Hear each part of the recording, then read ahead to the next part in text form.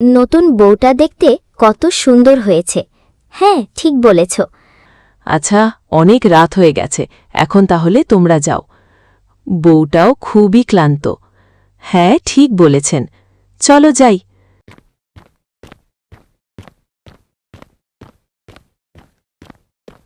রাহুল, যা তুই, অনেক রাত হয়েছে, ঘুমিয়ে পড়।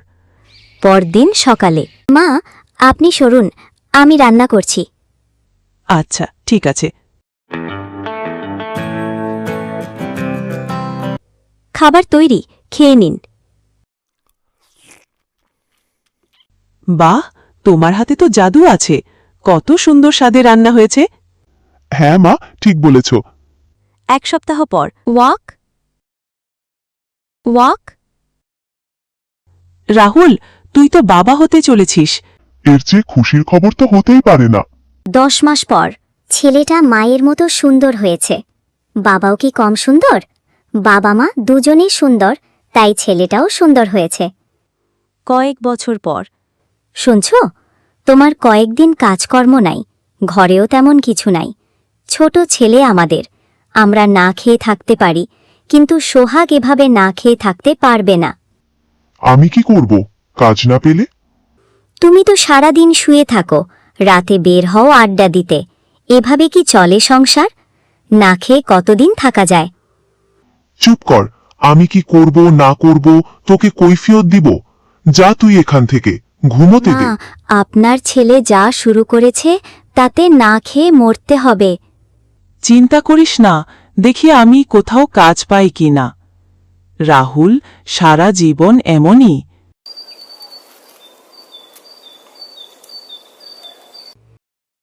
ভাবি, আমাকে সামান্য কিছু খাবার দাও না, ছেলেটা না খেয়ে আছে। এই নে। শোন সোহাগের মা, সোহাগের বাপ সারা জীবনই অলস। মাঠে কৃষিকাজের কাজ আছে, করবি নাকি? আমিও তো করি। করব ভাবি। আচ্ছা, খাবারটা দিয়ে তাহলে আয়।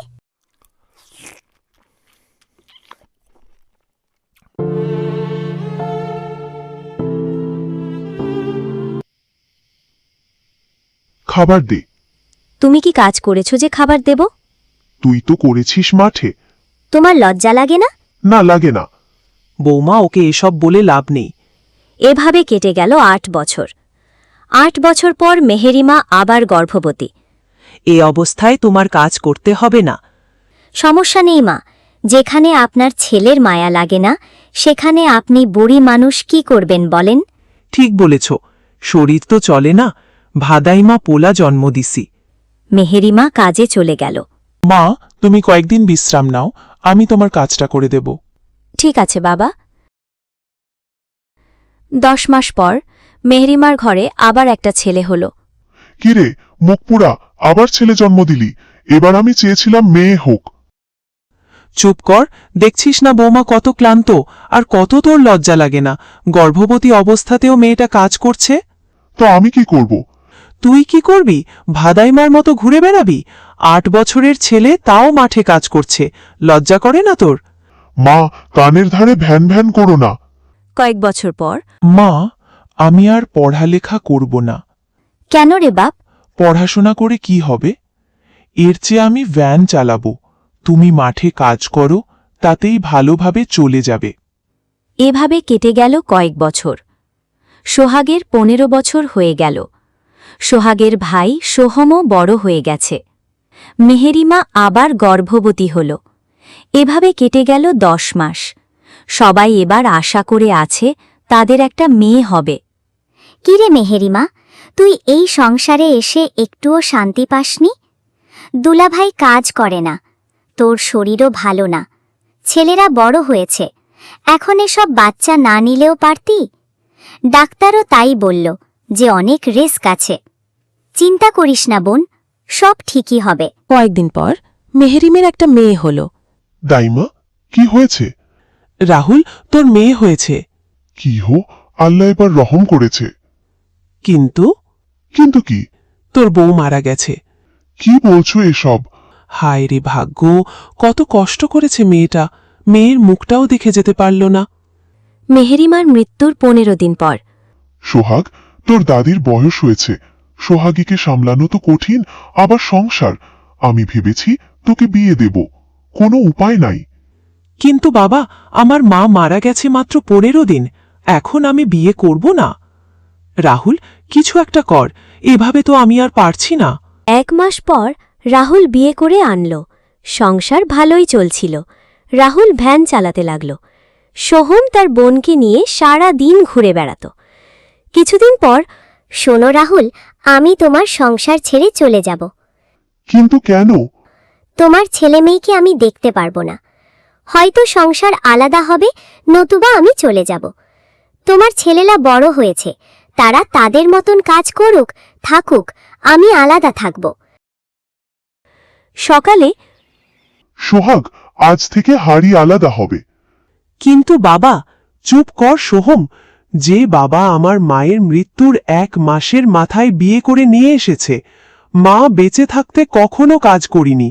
আমার মা কত কষ্ট করেছে, নতুন বউ পেয়ে কাজ করছে, তার কাছ থেকে আর কি আশা করা যায়? রাতে, সোহাগ, তুই একটা বিয়ে কর। দাদি, আমি যদি বিয়ে করি, সে বউ তোমাকে, সোহমকে, সোহাগীকে দেখতে চাইবে না, সেও আলাদা হতে চাইবে। তখন মানতে পারবে তো? কিন্তু ভাইয়া, দাদি তো কাজকর্ম করতে পারে না। দাদি, তুমি বরং বাবাদের সাথে যাও, সেটাই ঠিক হবে। সোহম রান্না করত, ঘরের কাজ করত, সোহাগীকে সামলাত। এভাবে কেটে গেল 6 মাস। 6 মাস পর সোহাগ বিয়ে করল। আরও 6 মাস ভালোই চলল। শোনো, আমি কেন এত দায়িত্ব নিব? দায়িত্ব তো তোমার বাবার নেওয়া উচিত। আমি আলাদা সংসার চাই। আমাদের তো ভবিষ্যৎ আছে। তাছাড়া আমিও গর্ভবতী। তুমি তোমার ভাই সোহমকে আর সোহাগীকে আলাদা করে দাও। সোহাগ চুপ ছিল। পরদিন সকালে, খালাম্মা, আরে সোহাগ, তুই বস বাপ। তোর মুখটা শুকনা কেন? কি হয়েছে? খালাম্মাকে সব খুলে বলল। হ্যাঁ, এটা তো হবেই। আমি নিষেধ করেছিলাম তোর মাকে, তখন শোনে নাই। সোহাগ, তুই একটা কাজ কর, সোহাগীকে আমাকে দিয়ে দে, আমি মানুষ করব। কিন্তু তোরা কোনো দাবি রাখবি না। সোহাগী আমার মেয়ে।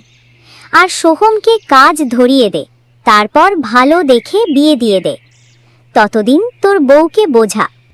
ঠিক আছে। সোহাগ তাই করল। ভাইয়া, আমাদের দায়িত্ব তোদের নিতে হবে না। আমার বোনকে আমি দেব না, আমার মায়ের শেষ স্মৃতি। সোহম, আমাদের কোনো উপায় নাই। কষ্ট কি আমার কম হচ্ছে? কিন্তু কিছুদিন পর যখন তোকে বিয়ে দেব, তোর বউ ও সোহাগীকে সহ্য করতে পারবে না। এর চেয়ে খালাম্মার কাছে ভালোই থাকবে।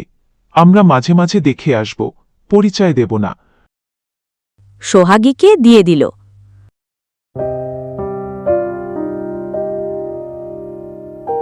এরপরে সোহমও কাজ শুরু করল। বিয়ে হলো। আজ একই বাড়িতে 3টে সংসার। সোহাগ, সোহম দুজনের সোহাগীকে দেখতে যায়। বোনকে অনেক কিছু কিনে দেয়, কিন্তু বলতে পারে না তাদের আদরের ছোট বোন। মানুষ বড়ই স্বার্থপর। ভাগ্য সত্যি বড় নিষ্ঠুর। যে মেয়ের আশায় মৃত্যু নিশ্চিত জেনেও বাচ্চা নিল, সেই মেয়ে আজ অন্যের ঘরে অন্য পরিচয় নিয়ে বাঁচছে। মায়ের মৃত্যু একটা সংসারকে ছিন্ন ভিন্ন করে দিল। এরকম নতুন নতুন গল্প দেখতে স্টোরিটুনস চ্যানেলটি সাবস্ক্রাইব করতে ভুলবেন না। পরের সপ্তাহে দেখা হবে অন্য নতুন গল্প নিয়ে। সেই পর্যন্ত সবাই ভালো থাকুন, সুস্থ থাকুন।